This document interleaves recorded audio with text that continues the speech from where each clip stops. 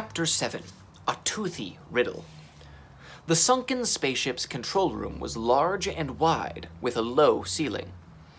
It was clearly designed for giant sea creatures. The controls were built into the floor, so the crew could work them with their tails and flippers. Gypsy looked at a plastic newspaper floating in the water. "The Liopleurodon Times. It's 6 years old," she said. "This ship has been down here for 6 whole years at the very least." "So the ship crashed here a year before the Cryptoclydus first arrived," Teggs realized. "And the trouble only started when they started building factories around this area." "Maybe they disturbed something," said Gypsy. "Something dangerous." Teggs nodded. Then he noticed a metal box on the floor with an aerial on top, half covered by the water. "Hey, Gypsy, this looks familiar." "It's for sending distress calls," said Gypsy. "We've got something like that on the sauropod." She looked closely at the box. "It's broken, but maybe I can fix it." "Try," Teggs urged her. "If only we could send an SOS to Sea Station 1. He waited anxiously while Gypsy went to work with her delicate claws. Finally, she gave a small hoot of sadness. "I think I've got it working," she said, "but there's not much power. The signal is very weak." "Someone will hear it," said Teggs quietly. "They must." With nothing to do but wait, the Astrosaurs moved on into the cold shadows of the creepy ship. Meanwhile, back on Sea Station 1, Iggy and Arx were hard at work down in the storeroom. The two of them had been waiting ages for news of Teggs and Gypsy. They were worried sick. Arx was still checking over the chewed-up wreckage.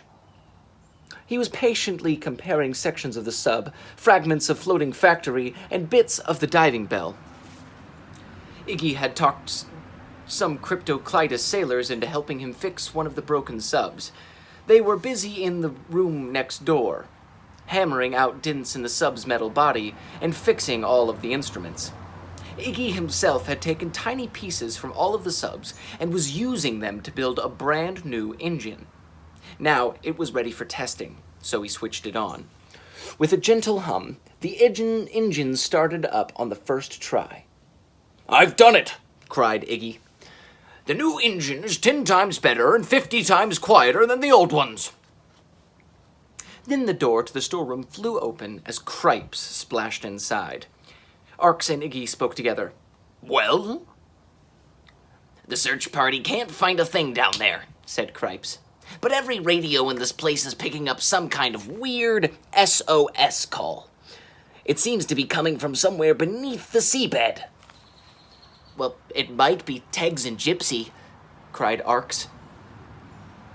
"If the captain and Gypsy are down there, I'll find them," vowed Iggy.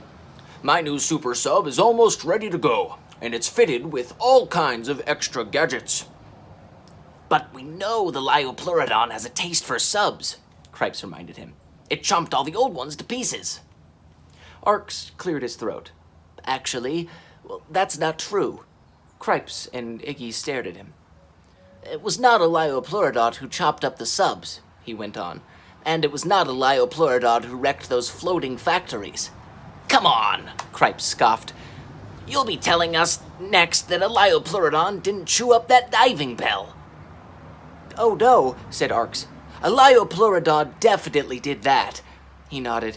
"That's how I know it didn't do anything else." "Oh, how?" asked Cripes. "Tooth marks," cried Arx.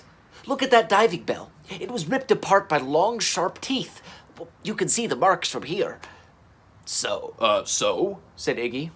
"So, I haven't found tooth marks like that anywhere else," Arx said. "Not on any of this wreckage." "Well, what did you find?" asked Cripes. "Tiny marks," Arx told him. "Hundreds of thousands of tiny little marks, made by tiny little teeth." Well, that's impossible," protested Iggy. "You and Captain Teggs both saw a huge shadow in the sea. That has to be the Liopleurodon, right?" "Well, maybe not," said Arx. Maybe the Liopleurodon is working with something else, something just as big, or maybe even bigger. Cripes took off his hat and scratched his head with a flipper. Strange for something so big to have such teeny-weeny teeth. Well, never mind that, said Iggy. Let's get going. He patted his shiny new engine. We'll find Captain Teggs and Gypsy. We'll find whatever else is hiding down there in the deeps, too. Whatever it takes.